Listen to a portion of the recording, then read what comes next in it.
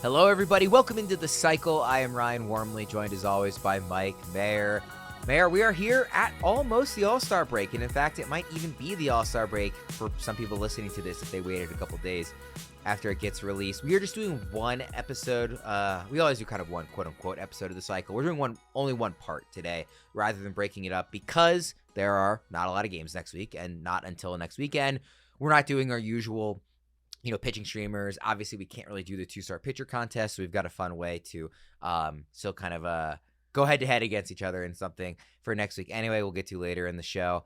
But yeah, just won't be one episode this week. You don't need to look for a part 2 or a part 3 for all the listeners who are used to seeing that on audio and video.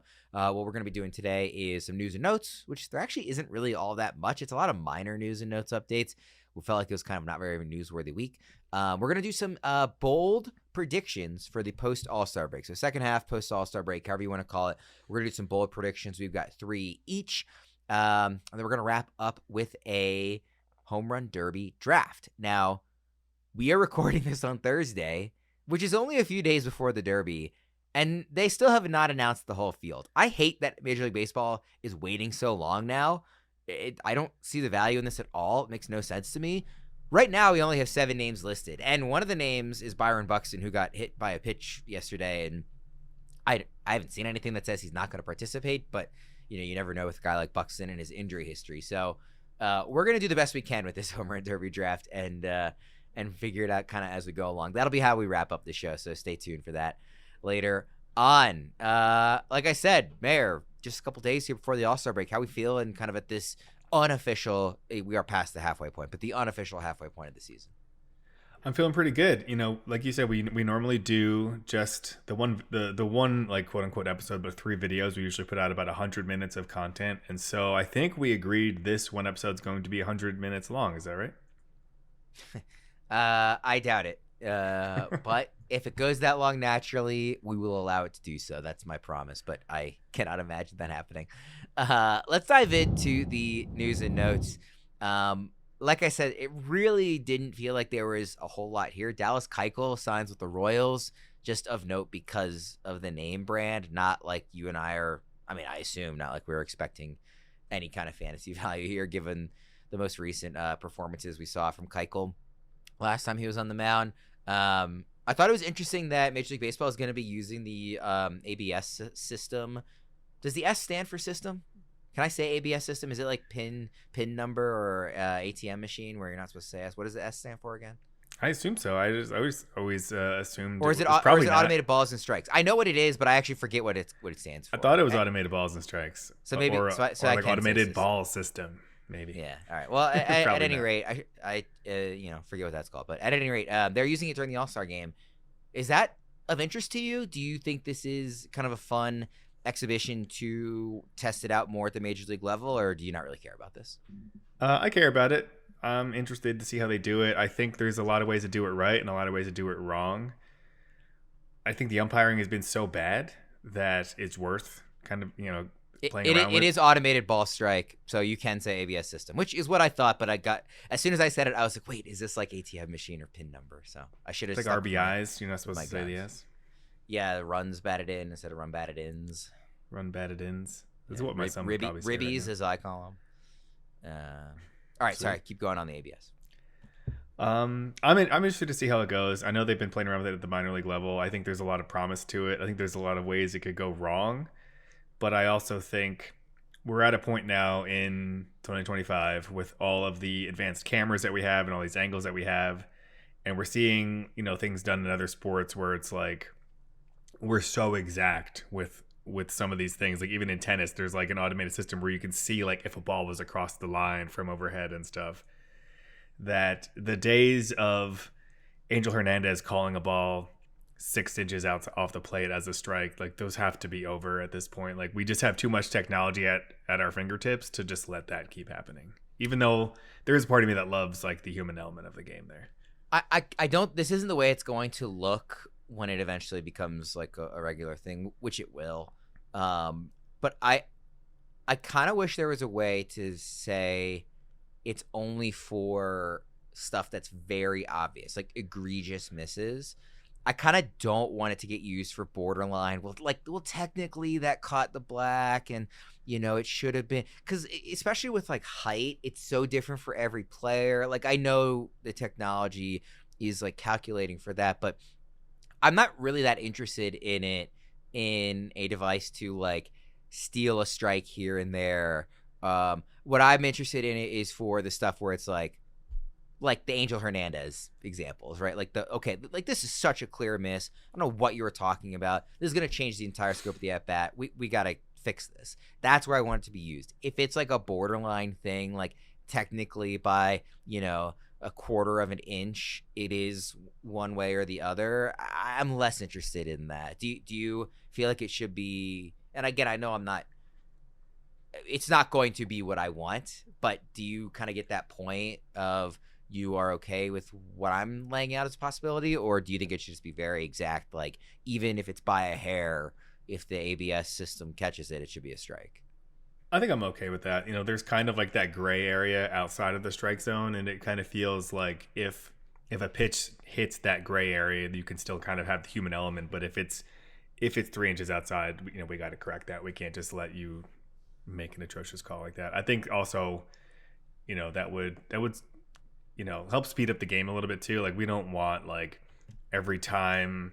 I know there was like a system in play where like the way, I don't know if they're still doing this in minor leagues, but like an umpire would call the game, he would hear in his ear like that was a strike, and then he was allowed to say strike or ball, but he was told what the system was saying. He was just allowed to override it. I don't know if they're still trying out a system like that, but I don't think there should be a system either where it's just like every pitch is reviewed and you have to be like here's the pitch, and you have to like look to the side to like see if see if it's a ball or a strike.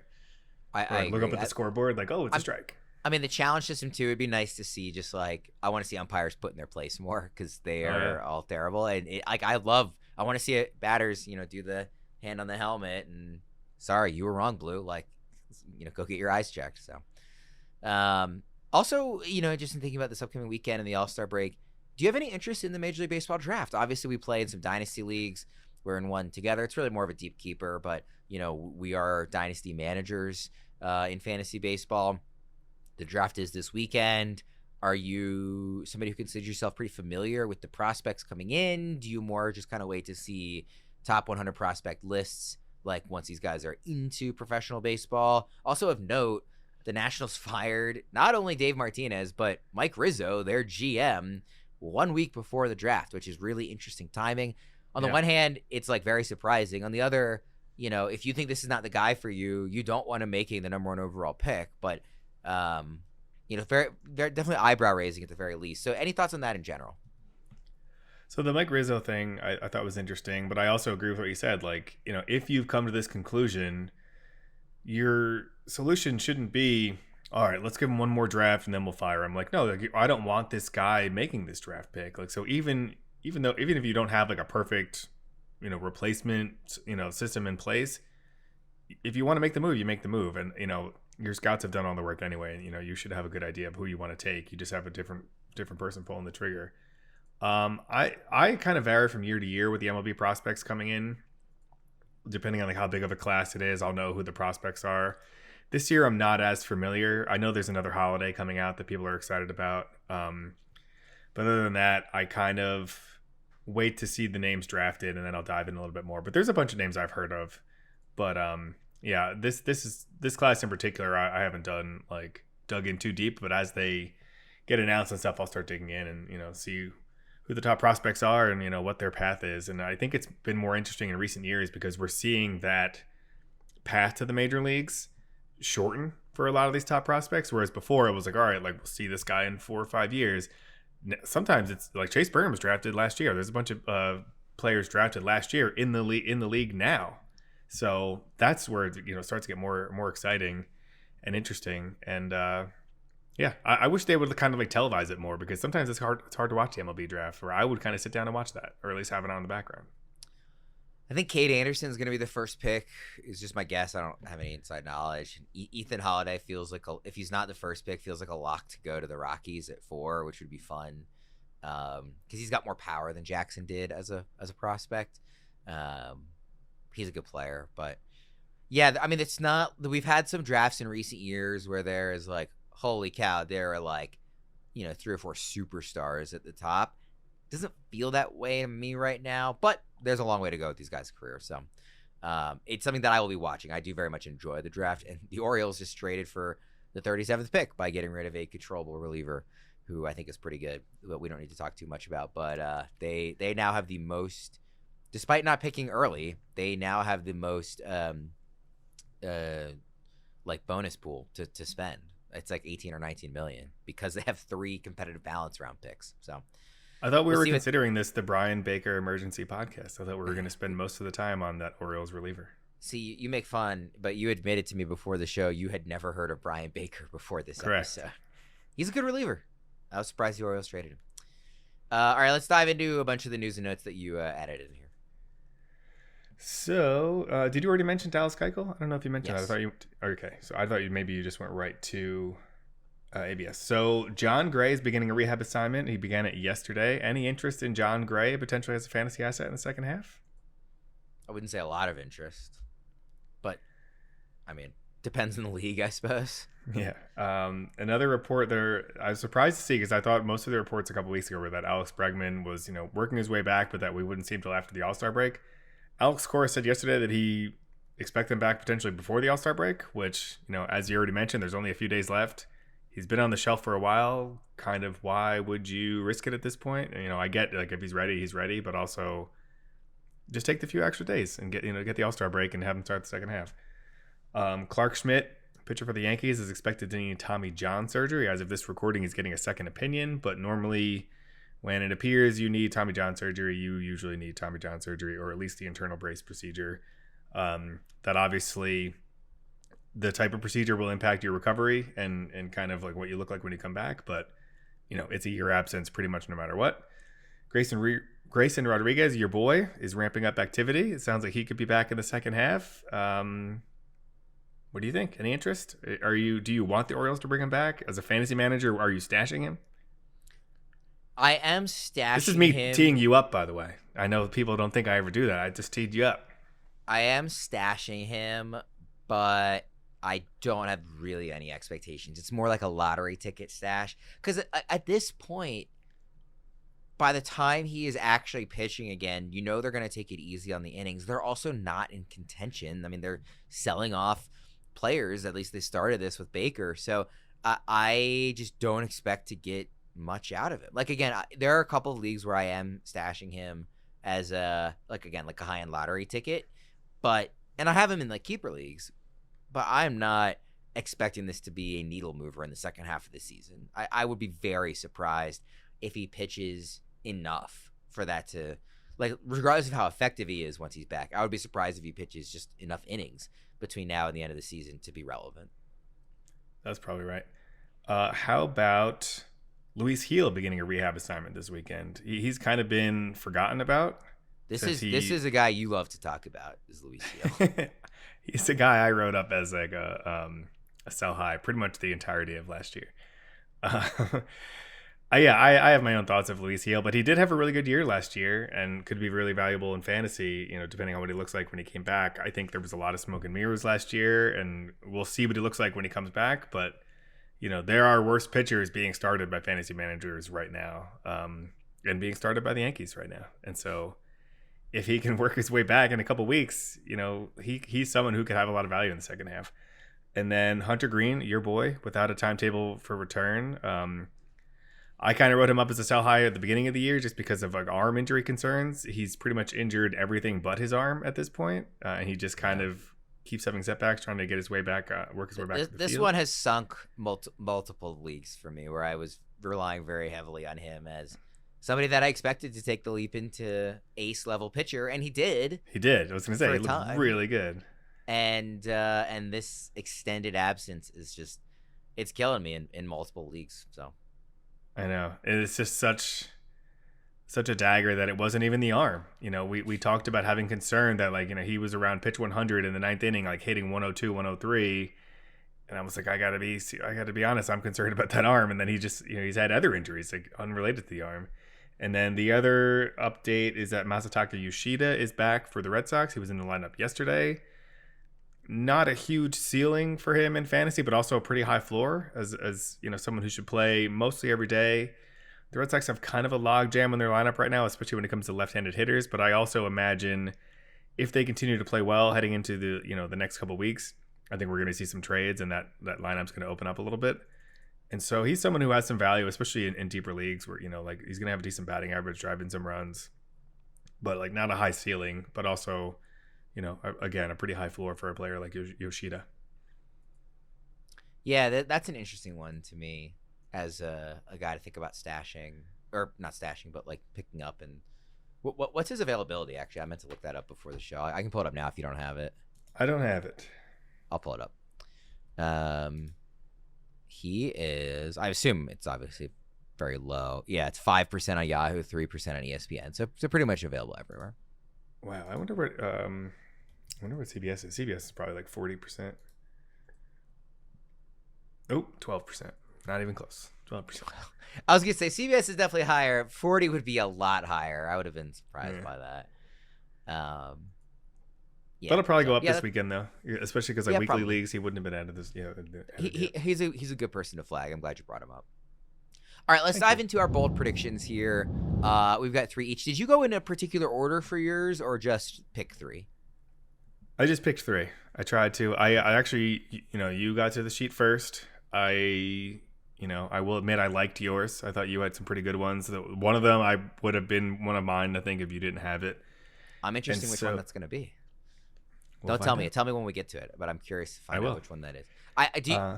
Did you try to go particularly bold with yours, or more just like, because I didn't want to do just like regular predictions. I wanted to have a degree of bold, but also like unlike because we did a preseason episode of bold predictions, and then it's a little more fun because you can kind of imagine any scenario. It's harder to imagine that when you have a more just shorter time frame to be working with, and also we've seen these players, so we know more about what to expect. So I tried to be bold with it and sort of toe that line, strike that balance. Did you try to be particularly bold, or just try to be more accurate? I tried to think of predictions that I would feel good about, and then like see if I felt they were bold enough. And if they weren't, I moved on. Or if I thought they were close, maybe I added a second piece to it to make it seem bolder. And so I tried to lean bold because I agree. Just a regular like medium bold prediction, not the most fun, but hopefully mine are bold enough. Yours are more like mine are all very player specific. Yours are more like X number of players are going to do this for a couple of years. So we'll dive into those. Not to really spoil the whole thing, but I did also like you did yours first, and I tried to kind of do different types of bold predictions since I didn't want to just copy your format. All right. I will start off with my first one. Junior Caminero, who at the time I put this in here only had 21 home runs. He now has 22 because he hit another one yesterday. Junior Caminero will finish the season with over 40 home runs and will be a consensus top 3 third baseman in 2026 drafts. And Maher, we have talked a lot about how third base is a very difficult position and it's not a deep position, but there is still a lot of star talent and power at the top. So finishing top 3, even though it's a weaker position further down, I do still think is difficult to crack into.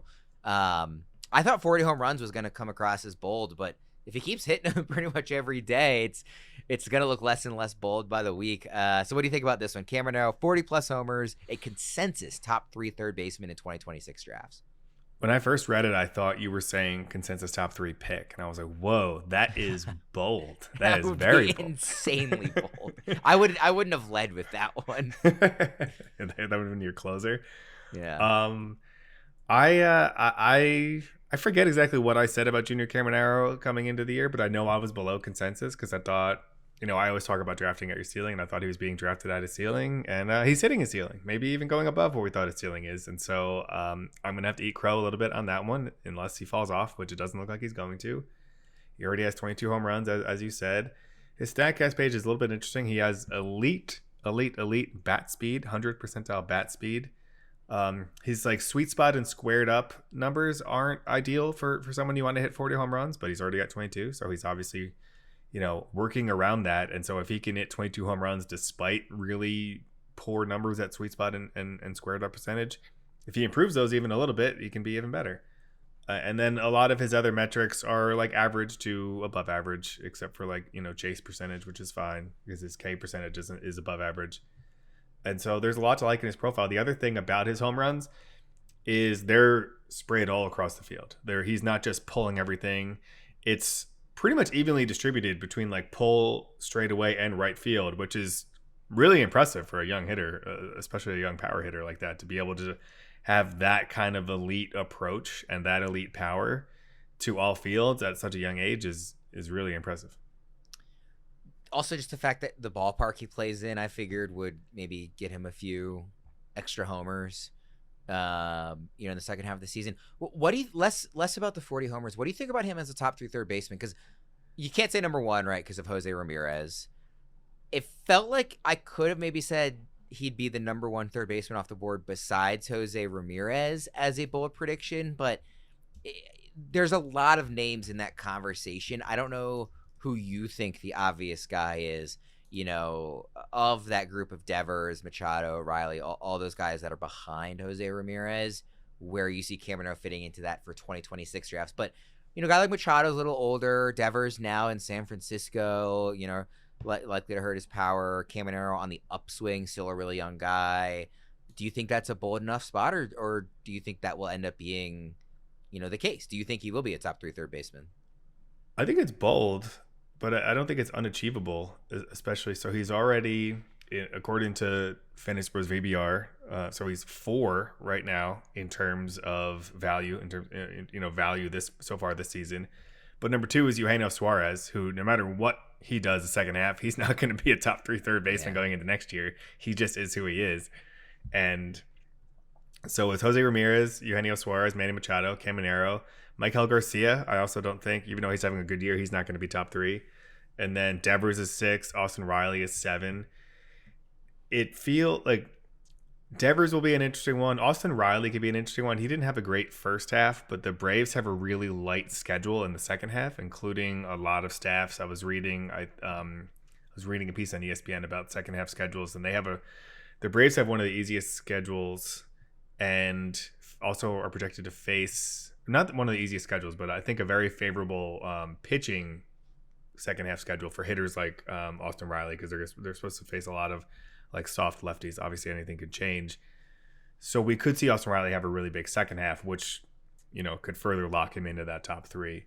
But, it's fair to say, especially at his age, that it could be Jose Ramirez. He could be number 2, Junior Caminero next year. But like top 3, I think is pretty bold because he has to overcome a few names that are pretty good. Not Jose Ramirez, but like Machado, Devers, and Riley, at least to get into that top 3. Yeah. All right, let's go to your first bold prediction. My first bold prediction is that Hunter Brown makes a serious run at the AL Cy Young Award and enters 2026 as a top 20 pick. I considered making this wins the Cy Young Award as an even bolder prediction. I do think Tariq Skubal is going to win the award, and the sports books right now agree. They have Skubal as an overwhelming favorite. He's the best odds you can get are minus 260 at DraftKings. FanDuel has it almost at they have it at minus 420. They're the most aggressive. And not only do they have it at minus 420, they don't have anyone else better than plus 850, which is Garrett Crochet. And they have Hunter Brown at plus 1200, who they have tied with DeGrom. And so they're considering that a long shot. So in that sense, it's really bold that we can think that he would win the award. But I do think there's a path there for Hunter Brown. And I think for a couple reasons, or a few reasons. One, I think he's really, really good. 2, the Astros have the second easiest schedule in the second half. And 3, the Tigers are cruising in the easiest division in baseball right now. And there's a really good chance that come September, they just start resting Skubal and maybe skipping a start, maybe limiting his how deep he goes into games. And while the Astros have a decent lead in their division too, I do expect their division to be more competitive in the second half. And we could see Hunter Brown close the gap on some of those counting stats. And so if the Astros, cruise to a division and the numbers are really close, I could see voters maybe leaning Hunter Brown, who's like anchoring the staff, even though it's going to be hard to unseat Skubal given the first half that he had. I don't think this is bold enough. You don't think Is so? my take. Not even No. top 20 going into next year too? No, because I mean, right now, rest of season, he's SP5. I mean, technically he's 6, but that's with Shohei is listed as number 1 in the way we do our rankings. So he's really SP5, and it's Scooble who will go ahead of him, Skeens who I think will go ahead of him, but I mean, if people are really worried, he's gonna keep not getting wins. Crochet, who even though he is totally not suggested that this is gonna happen, it's hard for me to not still just feel like a little nervous about injury with him. And Wheeler, who's going to be yet another year older and who's still really good, but is, Hunter Brown, again, one of these guys more on the upswing, Wheeler another year older. So if you're already a top 5 pitcher, maybe he goes ahead of like Wheeler and maybe Crochet next year too. That feels like at least a second round pick. And, that gets you in the top 24. So top 20 is not that far off. And so if Scooble were to get hurt, which obviously we don't want to happen, but let's say he does, I think Brown would be the favorite for Cy Young. Like, I know he's like in that range with Crochet and DeGrom right now, but like he would get my vote if Scooble was off the board right now. So it's not that it's like not bold at all, but I don't think it's bold enough. I actually think like I would expect him as of right now today. If I had to draft my 2026 team for whatever reason 9 months early, Hunter Brown would be inside my top 20. Actually, I'm just really impressed. I don't need to see anything else. I am a total believer in him, and I think he will finish second in Cy Young, with only School's dominance standing in the way of him winning the award. Okay, I'll push back on 2 reasons. I will concede your point that maybe it's not bold enough, because I did struggle, to see how bold it is. I thought it was bold enough for a couple reasons. One, Scooble is such an overwhelming favorite for the Cy Young right now, and so that's why I wrote that he's going to make a serious run, or we can even make it bolder and say he's going to win the AL Cy Young. The other reason is going into the draft next year as a top 20 pick. I looked at where he went last year. He was going outside the top 100. He was SP 32 going into next year. So we're talking about a 30 pitcher jump and an 80 pick jump in just 1 year. And I do agree. Don't you feel like that's reasonable? Like, do you need to see anything else to feel like he belongs among the fantasy aces? I don't. I need to see the second half match the first half. Which it should. The numbers say that it should. But also, if he just comes out and has like an okay second half, he's a 4th round pick next year. Well, let me ask you this: where do you think the 5th best starting pitcher is going in drafts next year? Because I look at the guys behind him, I don't really expect so in terms of our rest of season rankings right now, the guys immediately behind Brown. I already mentioned the guys in front of him. The guys immediately behind him: Logan Webb, Jacob deGrom, who I'm still not going to trust health-wise, Yamamoto, who has been really inconsistent the last month, Max Fried, Framber Valdez, Logan Gilbert, Joe Ryan, Spencer Strider, maybe if he has kind of a dominant return to form second half. Mackenzie Gore has been good, but it still feels like that's a team that's not going to win a lot of games, and he's also making this huge jump year over year along with Hunter Brown. Kirby coming back from injury, Dylan Cease has been bad. Outside of Strider, which of those names do you think is going to go higher than Brown? So if we're talking about Brown, let's call him SP5 going into next season. Let's say he goes ahead of Wheeler because of age, but Strider's better. So just in that range, SP5, that feels like a second round pick. Or do you think SP5 is going in the 4th round? I think it'd probably go in the 3rd round. But we could see. I guess if it would depend on what the hitters look like, but I feel like a lot of those, in a lot of leagues, you'll see 1 to 2 pitchers go in the 1st round, and then another 2 in the 2nd round, and then maybe that 5th is in the 3rd round. Scooble's going in the 1st round in every league next year. Yep. Skeens, just maybe if somebody's like, this guy's a stud, I think he's going to get more wins this year. Crochet and Wheeler. But see, that's where we're getting into. We're talking about 1 pitcher in the 1st round, and then we're already in the 2nd round talking about Skeens. Yeah. I feel like if I'm building a team next year, I'll be very happy to get a stud hitter in the 1st and any of those 4 guys in the 2nd, and be very happy with the start of my team. It's how I feel about it right now. There also have been a lot of hitters, like Gunnar Henderson is kind of disappointed, who was a 1st round pick last year. Jackson Churio has been good. Did he elevate into the 1st round so far? I don't know that he has. There's been guys like that. There's been people who have elevated too, though, from much lower, like Pete Armstrong and James Wood. So I'm not saying there's no good hitters, but I don't know. It feels like there's an opportunity there. if Hunter Brown finishes the way he started this season, I will be very comfortable ranking him in the second round. I'll just put it like that. Yeah, and he's currently 33 overall in rest of season rankings, so he needs to jump 13 spots heading into drafts. He will for me at least. Maybe not. Maybe this is bold from the consensus perspective, but from my personal rankings is where I guess maybe I find it a little less. But I'll concede that it's not bold enough. It's not a bad. I'm not saying it's doing a bad, my best. I'm doing my best over here, Worm. I'm not saying it's a bad pick by you or that it's not bold. I just don't think it's bold enough. Is like I would have said like, oh, he wins the Cy Young or something, to make it really feel like, whoa, like you're going out on a limb here. But he's going to win the next 3 Cy Youngs. Yeah, I do think it's a good pick. I don't want to sound too negative on it. And he's been a really fun story this year, so I'm glad we mentioned him.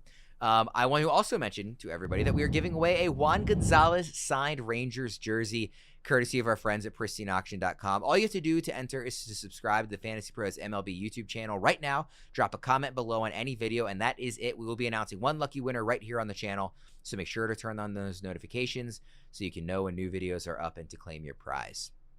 All right, my next pick is, I didn't do this on purpose, but another Ray, because I had Caminero as my first one.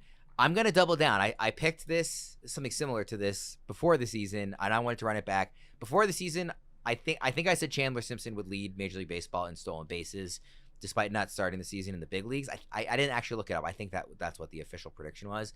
I am now saying that he is going to win the Major League Baseball stolen base title, and no one will be within 15 stolen bases of his final total, and that is despite the fact that he missed multiple stretches at the beginning of the season due to them sending him back down, surprisingly, in the middle of the spring. So he's going to win the title, and no one will be within 15 stolen bases of his final.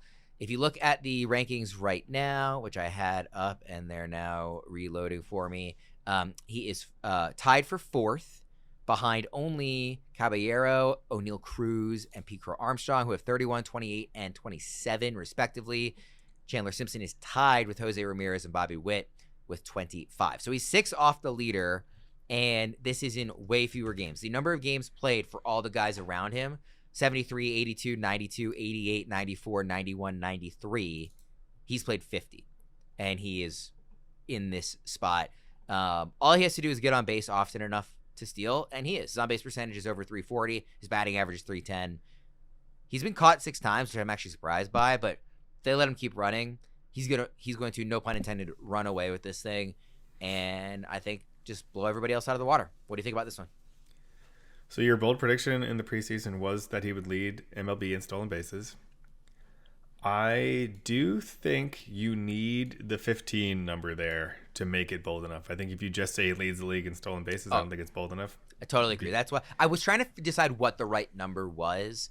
Like originally, that'd be at least 10, I think. I originally got crazy with it, and I was like 20, but I was like, no, I actually like. It only takes one other person to run a lot. 20 is probably too much.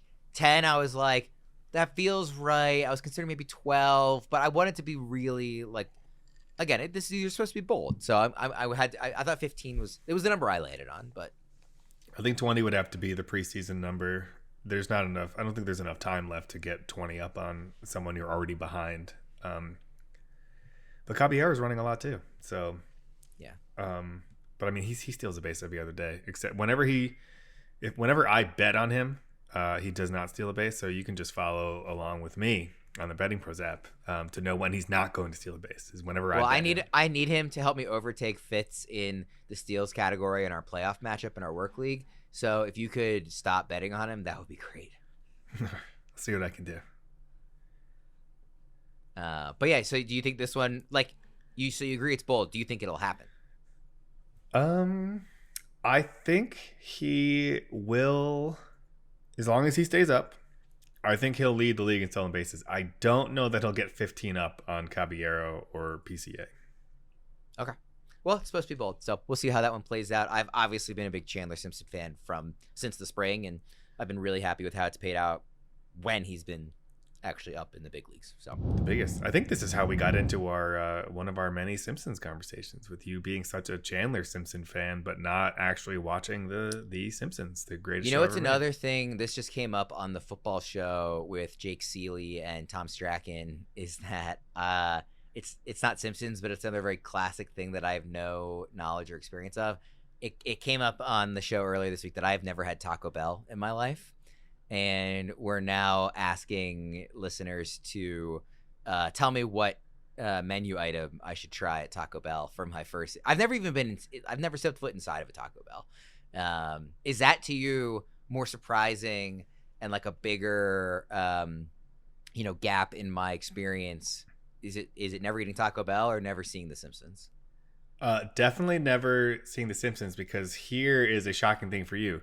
Neither have I. Neither have I. I've never been inside of one or had Taco Bell. Let's definitely then get the listeners to let us know on this show what menu item. Maybe at our next team trip we'll try. Although now at this point it's like I'm in my 30s. I might as well just keep not going and Well, that's what I always say. Fun fact. For me, I don't know if you know this fun fact about me. I've never had a soup or a salad in my life, and I'm approaching 40. And so I'm like, why start now? See, actually, I don't believe that. You've never had like romaine lettuce. Ask my mom and my wife. They'll confirm. Like a side salad at a steakhouse? Never.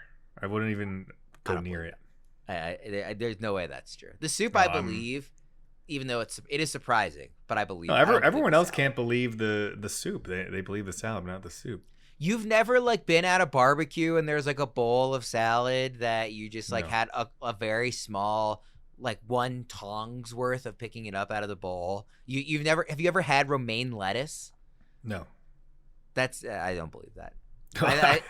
I'm an incredibly picky eater. I don't eat things. I'm an incredibly picky eater, and I've had salad. I just take stuff out of it that I don't want. I don't have like cherry tomatoes in it and other stuff that's gross to me. But I'll have lettuce and croutons and Caesar dressing, which is very tasty, by the way. It's not like a gross thing if you put the right dressing on it. We need to find a topic for me and you to launch a different podcast all about these things that like we like or don't like.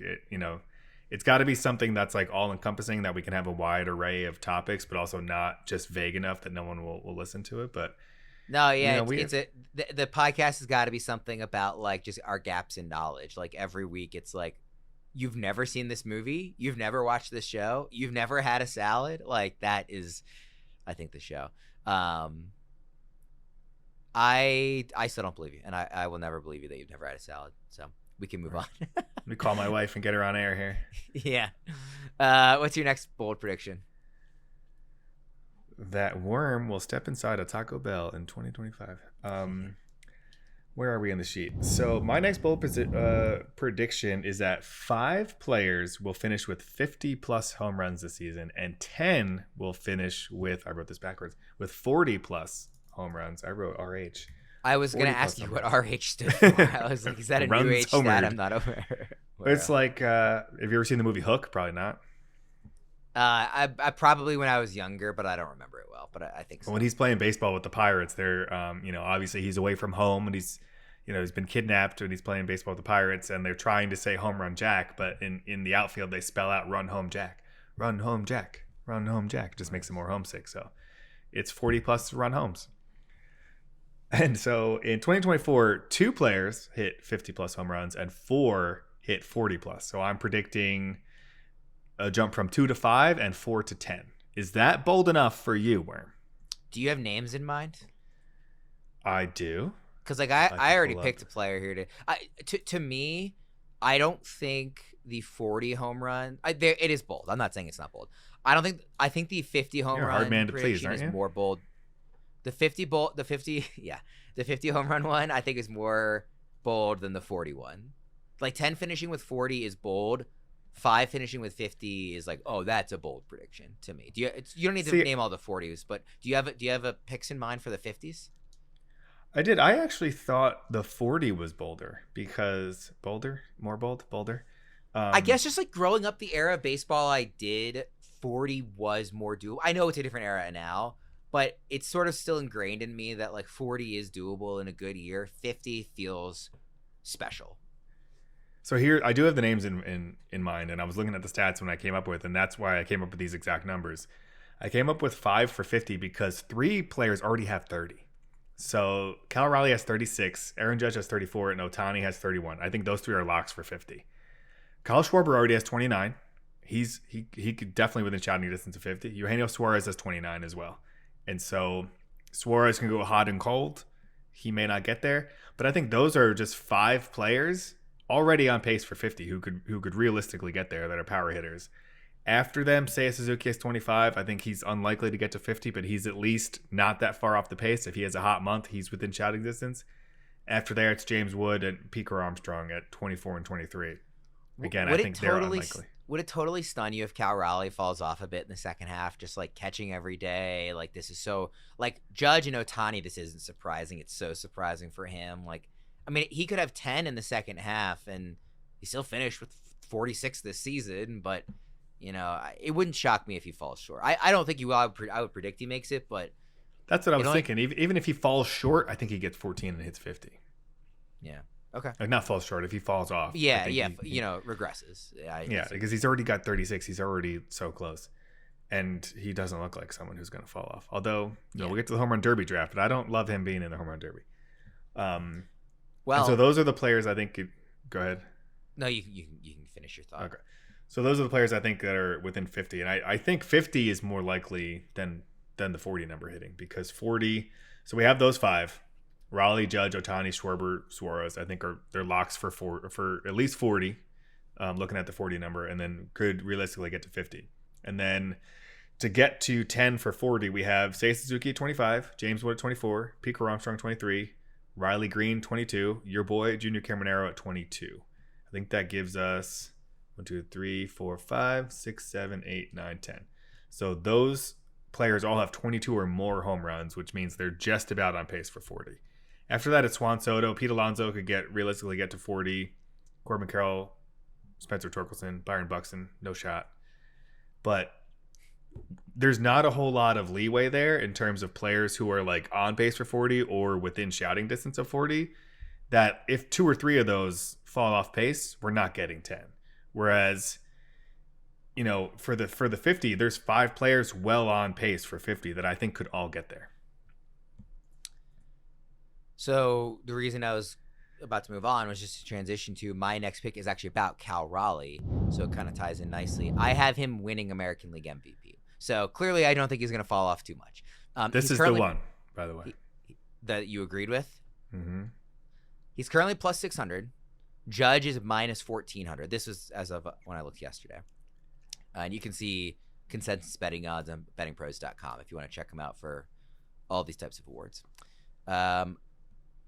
I am picking this for a couple of reasons. Number one, I think the fact that he's a catcher matters. Like, and a good catcher, right? A good catcher. That's what I was going to say. He's not just a catcher. He's a really good catcher.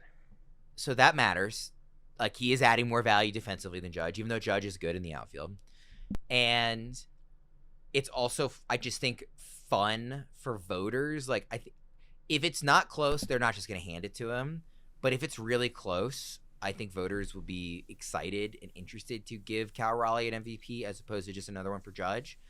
Judge is having such a great season that it is really hard to go against him. So I get why I think the odds are there's too big of a gap, but I get why there is a big gap. Like, Judge is having a great year.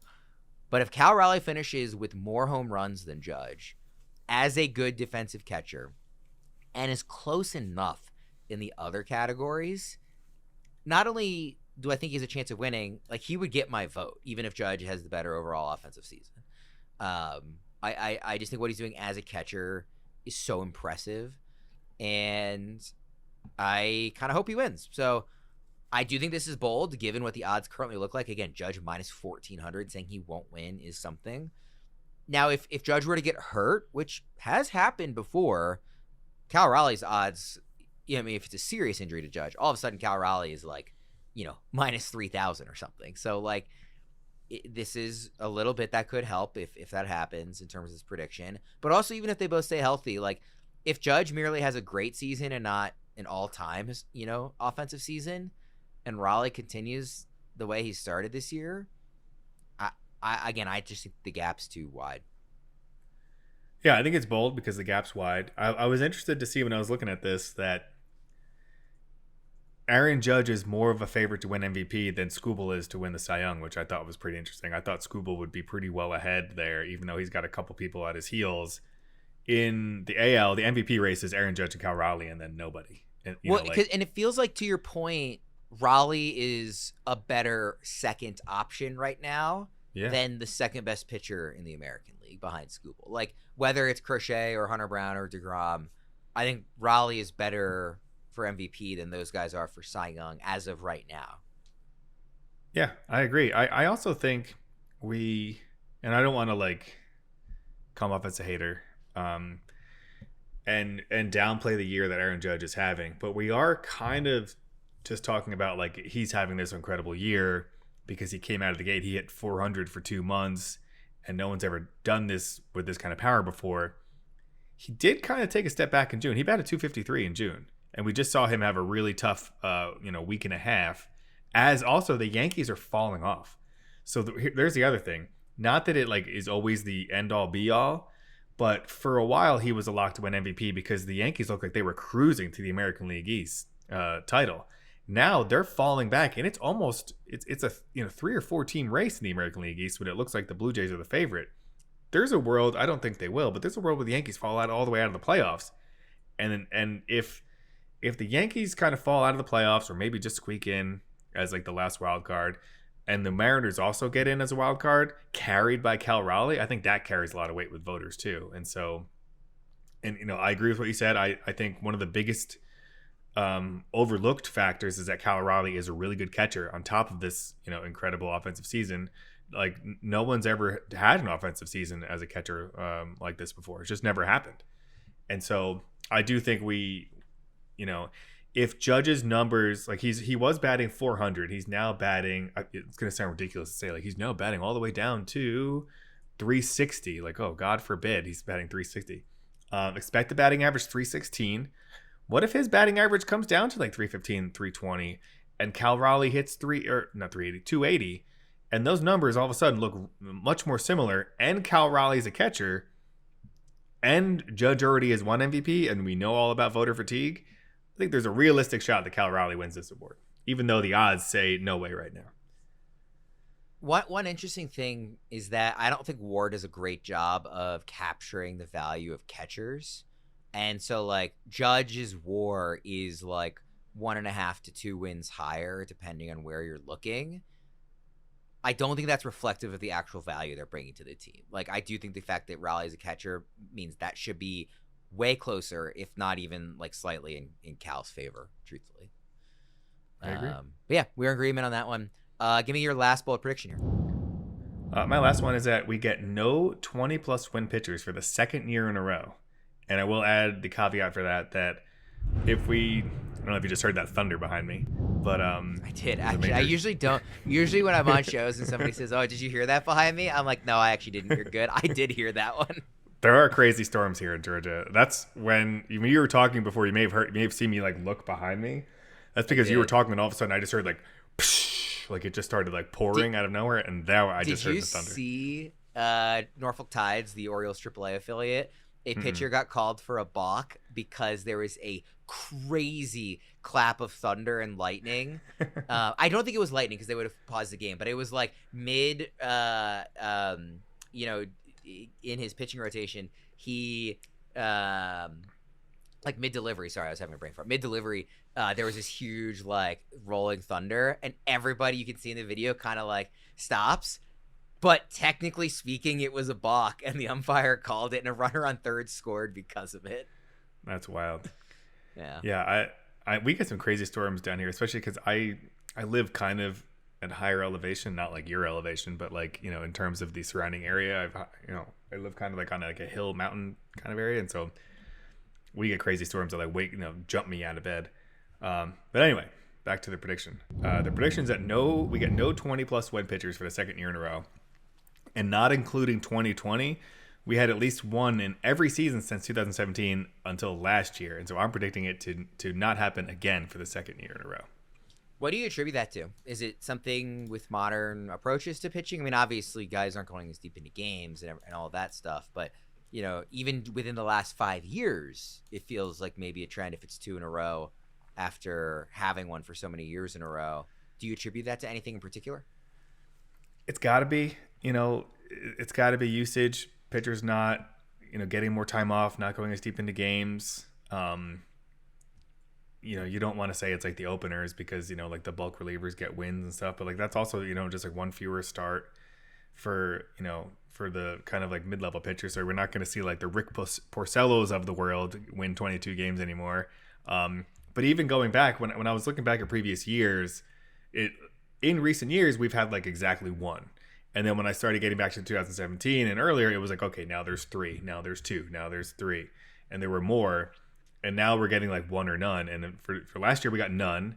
And I think it's possible this year we get none again. And just to give you an idea of where we are in terms of wins, Max Fried has 11, Skubal has 10. But I'm also kind of thinking, again, if they're cruising that division in September, maybe they skip him a few times and they really pull back on his innings because the Tigers aren't in the playoffs every year. And so they want this almost automatic win pitcher to be as fresh as he can going into the postseason. So Skubal is the interesting one because of the point I was about to make, which is there's also not a lot of elite teams. I believe the Tigers are the only team with a winning percentage over 600 right now. So your team needs to be winning games a lot for you to get 20 wins in a season. But Skubal is the best pitcher in baseball, is also on the best team in baseball by winning percentage right now. So he is the clear, in my opinion, choice. Like if somebody is going to ruin this prediction for you, it will certainly be Skubal. I would think. We talked about before the season too, the lack of 200 inning pitchers, and that plays into this as well.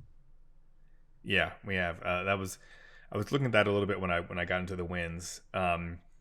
This is a fun one, and I will admit, maybe you'll get it because I've thrown some trivia your way and you've nailed them recently. But if you asked me this question and gave me 50 guesses, I don't think I would get it right. I would probably get one of them right, but not 2 of them. So are you able to tell me who the last 2 20-win starting pitchers were? There was one in 2023 and one in 2022. I'm going to guess no. For whatever reason, I feel like I'm better at older trivia than I am recent trivia. Yeah. You said we one can do in 2021 too. But the ones in the 20s basically is what you're asking. And it was 2 different people, right? It was 2 different people. I'm sure there's an obvious name that is, I'm just like, oh crap, duh, that was definitely it, and I'm just forgetting. Nothing comes to mind off the top of the dome. I'm trying to run through all the teams quickly in my head, like who I would be overlooking here.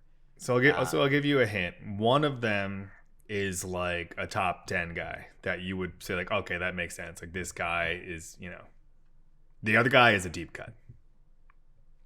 I'm definitely not going to pull the deep cut. I mean, like I'm trying to think like, did Wheeler get to it, or did Nope. Fried get to it with the Braves? No. I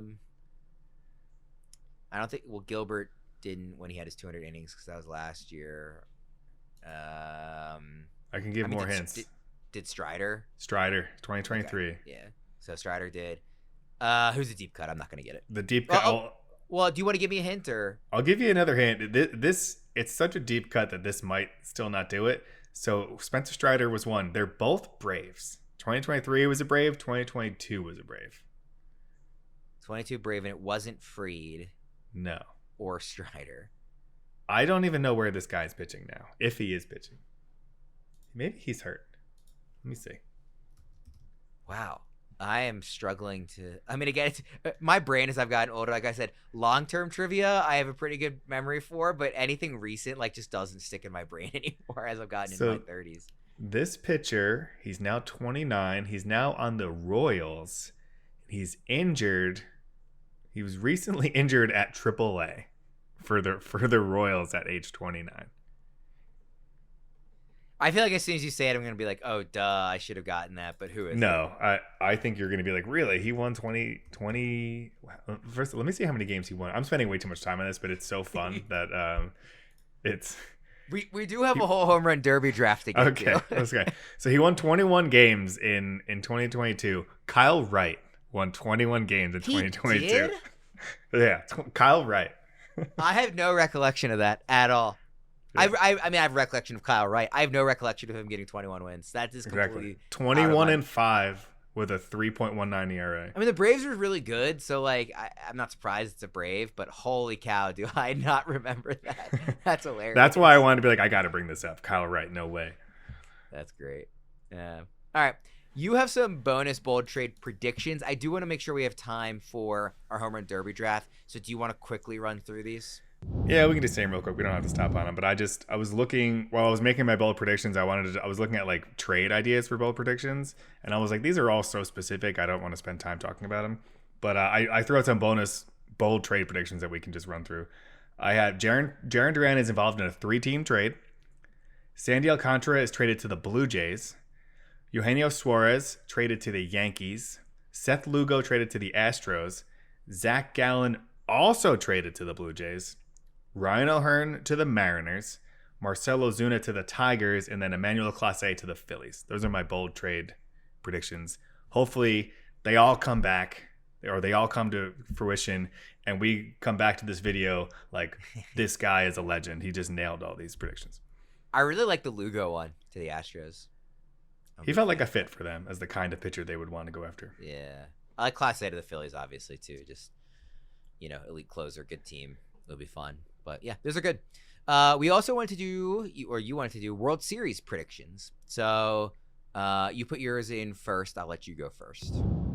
Throwback, oldie but goodie, Phillies versus Blue Jays. I think the Phillies have a real shot as one of the better teams in the West, and I think that in the NL, and I think the AL is wide open, and I think the Blue Jays could get hot, especially if they add a couple pitchers.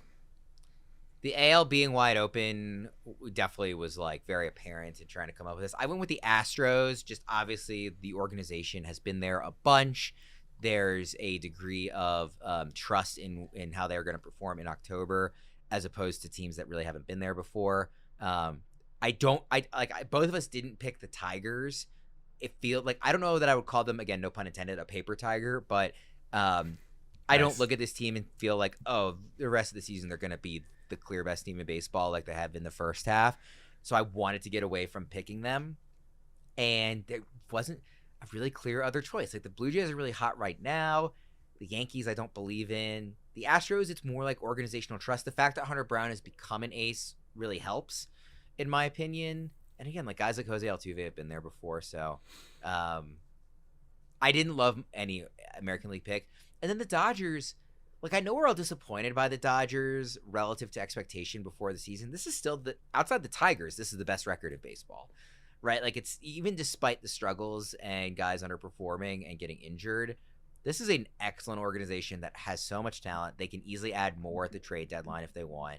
They're going to get healthier. Like, the Cubs are, I think, legitimately good. The Phillies are really good. Phillies probably would have been my pick if I didn't go Dodgers. I like other teams than NL. There's a few teams in the NL that would have been my choice in the AL, but I just couldn't get away from the Dodgers. And it's boring, right, to say Astros, Dodgers. We've seen this recently, but I just kind of feel like that's what it's going to end up being. Yeah, I just didn't want to pick Dodgers. I thought that was more chalky, and I think the Phillies have the right kind of balance to pull it off, especially if they add like a right-handed bat at the deadline. They have a really good rotation. If they can just roll Wheeler out there, he can go toe-to-toe with anyone in the playoffs. Yeah.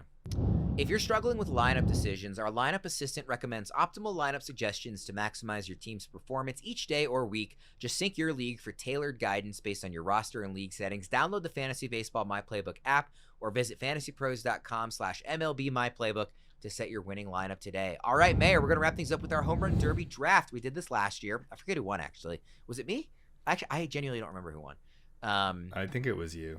But what we're going to do is we're going to count this towards our 2-start pitcher contest because we can't really do one this week because nobody's making 2 starts with only half a week of games. So we're going to make this count because I believe we did that last year. Garrett Crochet obviously crushed Chase Burns the last completed week. So it's all tied up at 5, 5, and 1. We have 1 tie. We each have 5 wins. I assume you're not going to push back too hard on the Crochet beating Chase Burns. Given that one terrible start. I actually I don't want to make this any longer, but I actually have a confession to make. What? So I believe last year we also counted the home run derby towards the 2-start pitcher competition as well, right? Yeah. So I'm also pretty sure that you won. And I think when I was recalculating everything at the end, there was no note about you winning the home run derby. And I think that was the extra point that was miscalculated. So I think you won last year's competition.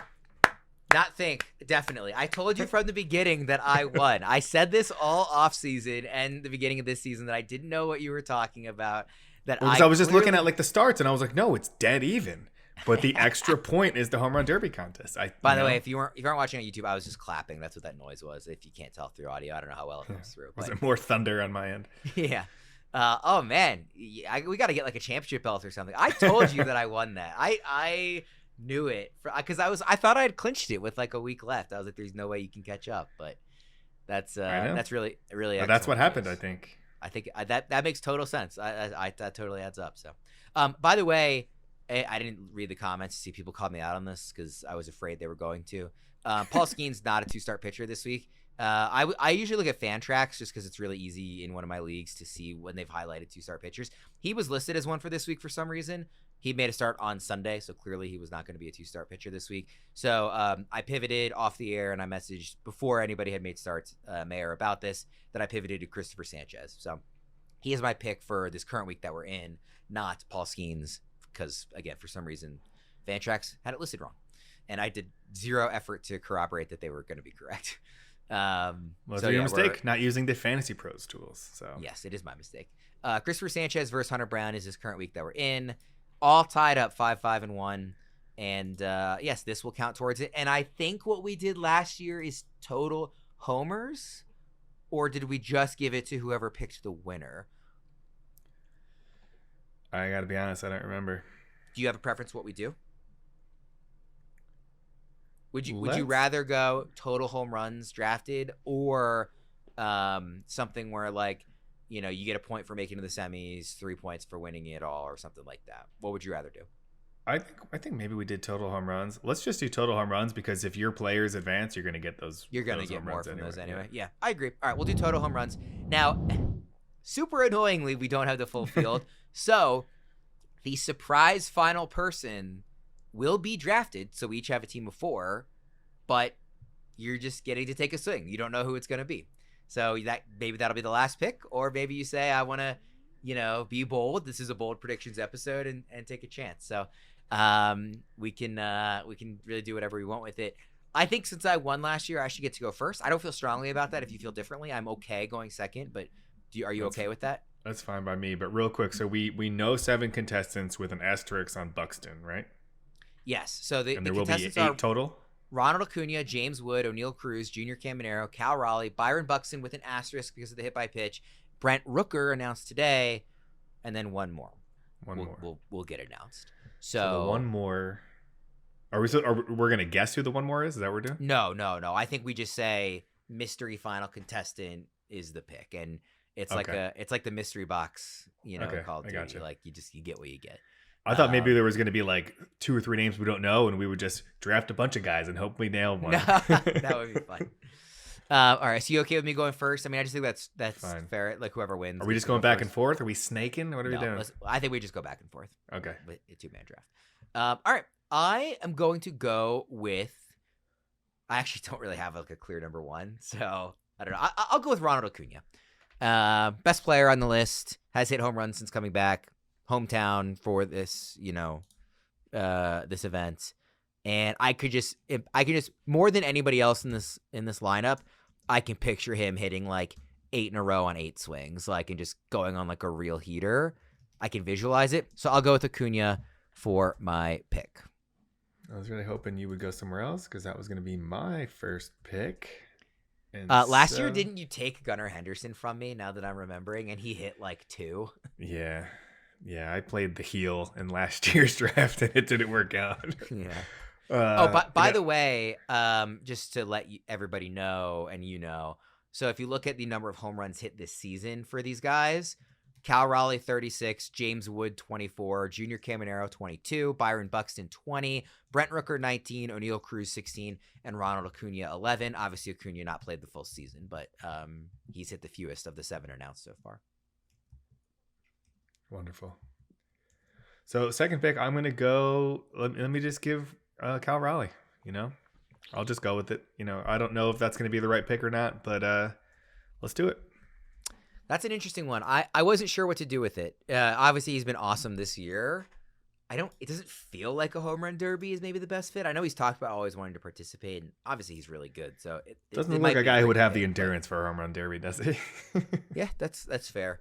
I'm between two players here, and I'm worried you're going to take the one I don't take, whichever direction I go. I'm going to go with... Man, I really like two of these as a clear top two. I wonder if you have the same two. I'm going to go with O'Neal Cruz. Just light tower power. You know, people talk about his batting practices as you see a lot of homers, and I could see him being a really fun participant in this. So I'll go Cruz. Would he have been your next pick or somebody else? I actually don't know. I think Cruz would have been my next pick. Because... Interestingly, I have taken the two guys with the fewest home runs on the list so far. I might be changing that. I like Caminero. I'm going to go Brent Rooker. I'm going to go with Brent Rooker.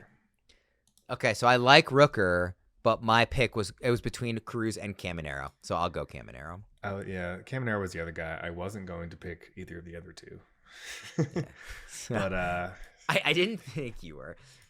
Okay, so I have Acuna, Cruz, and Caminero. You have Cal Raleigh, Brent Rooker. You're on the clock. Remaining Byron Buxton, James Wood, and mystery box. If you just want to be bold, and maybe it turns out being somebody really good. Ooh, you know what? I would go mystery box, but game theory tells me I should not, so I'm not going to. I could see mystery box being awesome. Like they're saving somebody, right, for this final announcement. I know, like, Sesame's Family Barbecue was talking about, like, maybe it's Julio Rodriguez, maybe it's Jazz Chisholm, maybe it's Suarez, maybe it's Kyle Tucker. They're trying to name guys that are already going to be in Atlanta. But you have no idea. Also, by the way, I should say, if Buxton ends up leaving, whoever his replacement is will go to that person. Clearly. All right. This is a really fun field, by the way. Yeah. You know what? Mystery box, James Wood, or Byron Buxton. Give me mystery box. Mystery box could be anything. It could be James Wood. Boy. I was definitely going to take mystery box over Buxton. That's why I thought, I was like, because originally in my mind, I was like, I'll take Wood, he'll take Buxton, I'll get mystery box. But then I was like, wait, he's definitely not going to take Buxton. I would not have taken Buxton. But I mean, Buxton, again, if he doesn't participate, that's also mystery box, right? Like, it could be a good replacement. So it's not necessarily a bad pick. The thing that I worry about with Wood is I wonder almost, he has a lot of power clearly, but I wonder if he's more of like an in-game power type of guy. That's what I think.